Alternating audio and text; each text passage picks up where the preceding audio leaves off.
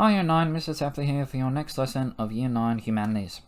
This lesson we are looking at demonstrating our understanding of biomes, our first major topic in our geography unit, and interconnection between geographical factors influencing the environment. So basically, what are biomes, how are they shaped by the environment and by human activities? Success criteria. To carefully read the assessment instructions, as you can see, we're looking at the dev task today. Ask questions and complete the Sem2 Dev Biomes learning task. So, this assessment task requires you to create a Google Slides presentation on a select biome. So you don't have to look at all of them. You can look at either forests, tundra, desert, aquatic, or grassland. A template has been provided within the learning task file, and I'll show you where that is in a moment. It is in Google Classroom though. You may use this template, or you can create a separate file. The only thing that you need to do is to make sure that you address the following topics in your presentation. Obviously, you're not going to be presenting it to the class, but you just need to make a Google Slides or a Microsoft PowerPoint that addresses the following topics. So 1, 2, 3, 4 things, 4 features of your dev that you need to tick off. So the first thing is a definition or a summary of your biome. So before you tell me further details about it, you need to tell me what it is, basically.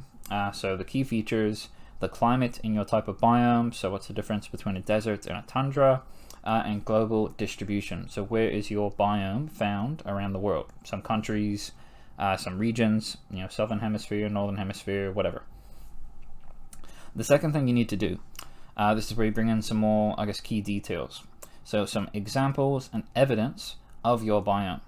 So that might include a discussion of sub-biomes. So when you get into the example from last year that I provided, you'll see that he was looking at forests, and in his example part of the biome project, he talked about the different types of sub-biomes, so the different types of forests. So that's one option you have. You can also talk about specific examples of wildlife and plants found in your biome. Statistics, so forests cover 20% of the world. I don't know if that's true, I just made that up. Maps are always good to include in geography, so to visually show where your biome is located. You could even include graphs, so how your biome has been destroyed or anti-destroyed over time. Step 3 is challenges or threats to your biome. So we've looked at human activities and how they can impact the environment, biodiversity. This is where you're going to be writing the specific challenges to your biome. So obviously climate change affects everyone and everything, but you need to focus in on how climate change or another threat to biomes focuses on or impacts your specific biome. So write, how does climate change impact forests, or how does pollution impact the aquatic biome? So you're focusing in on your specific biome. What threats does it face? What challenges does it face? Obviously, deforestation would be a big one for forests, less so for deserts. And then the final thing you need to smash out is a resource list. Not a formal bibliography per se, but you do need to have a list of the relevant websites, videos, articles that you used in your research, just so I can check that what you've told me is reliable, it's accurate, and you're not just making it up or finding it off someone's Weebly from year 4. I don't know why you trust them, but anyway. And it is, if you go into Compass, you can see that this is being assessed out of 10 marks. So that's your, rubric.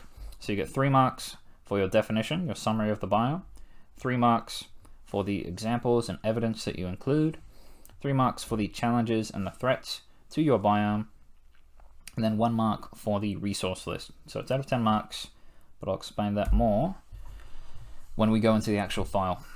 So there will be several lessons of class sum provided to complete the dev. This assessment is due in our first lesson of week 4, which is our return to school next week. If students have not completed the dev before our first class on site, that is fine. You may use that first lesson back to finish up the assessment. So I'm not pretending that you guys are going to come back after being away from school for like 2 years and just be sitting down in class first thing, Monday, week 4, ready to go. You guys are going to need some time to shake off the rust, get back in the swing of things. You're going to want to catch up to your mates. You're going to be very talkative. So I get it. So I don't have big plans for that first lesson back. So it'll be an opportunity for you guys to I guess, practice some self-care, to reflect upon remote learning experiences. Hopefully I'll have an opportunity to go around and do what I've done with my year 7s, which is have like a little interview with them, just to check up on how they're going with the content, how they're feeling. But yes, you will have your first or second lesson back on site to complete the dev as well, if you don't finish it off in week 3. So 9B1, I believe I'm introducing the dev to you on Wednesday of week 3. So you'll have your full double period on Wednesday, and then the lesson on Monday to complete your dev. So your dev is due on Monday, 9G3. You guys have been a bit disadvantaged because we don't have school on Friday. So you've been introduced to dev on Thursday. You've got Thursday's lesson, and then I'm going to give 9G3 the full double on Wednesday to smash out the dev as well. But obviously you can complete it out of class as well. It is pretty straightforward. If you've got some notes in your digital notebook on biomes, on threats to biomes, I think you should be fine. And in addition to providing you with an example from last year, just to really model what you need to do.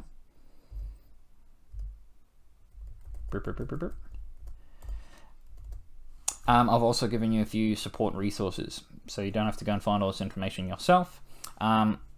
You've got 3 links there. Basically, it's 2 websites that have information on all of the biomes that you could be looking at. National Geographic, UCMP, and then that YouTube playlist is actually interesting. It's like a 10-minute video on each of the different biomes. The guy who's narrating it's a bit dramatic, but it's useful. Yeah, anyway.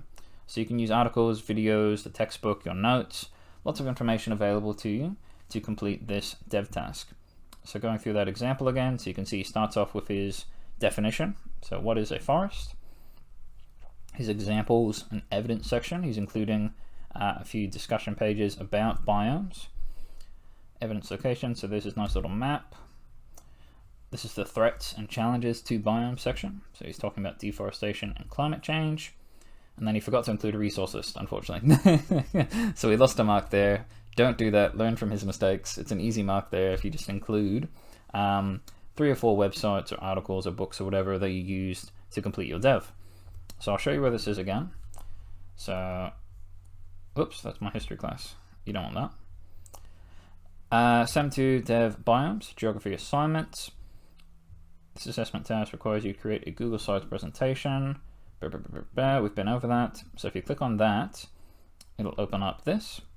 So this is your individual file. It creates a file for everyone in Google Classroom, so it's separate. Again, this is just a template. You don't have to use this, but I have kind of spaced it out nicely for you, I suppose. So it should give you a good idea of what you need to do. So even if you don't use the template, make sure you look at it first so that you know what you need to do for your presentation. So just a little cover page, name, biome, whichever biome you're looking at, definition or summary. That's probably 1 slide, could be 2, it's fine. Examples and evidence, challenges and threats to biomes, and resource list. Again, so this is just a template, it's a guide. You might have 2 slides for this section, you might have 3 slides for this section, it's entirely up to you, but that's what you're looking for in your SEM2 Dev on biomes. Cool. If you guys have any questions about that, about the due date, the rubric, if you need an extension or if you need extra support, again, please let me know. You should know the drill by now. If you have any questions or concerns, you let Mr. Tapley know. Otherwise, best of luck, guys. Hope you're well. Looking forward to seeing you back on site, hopefully. And cheers.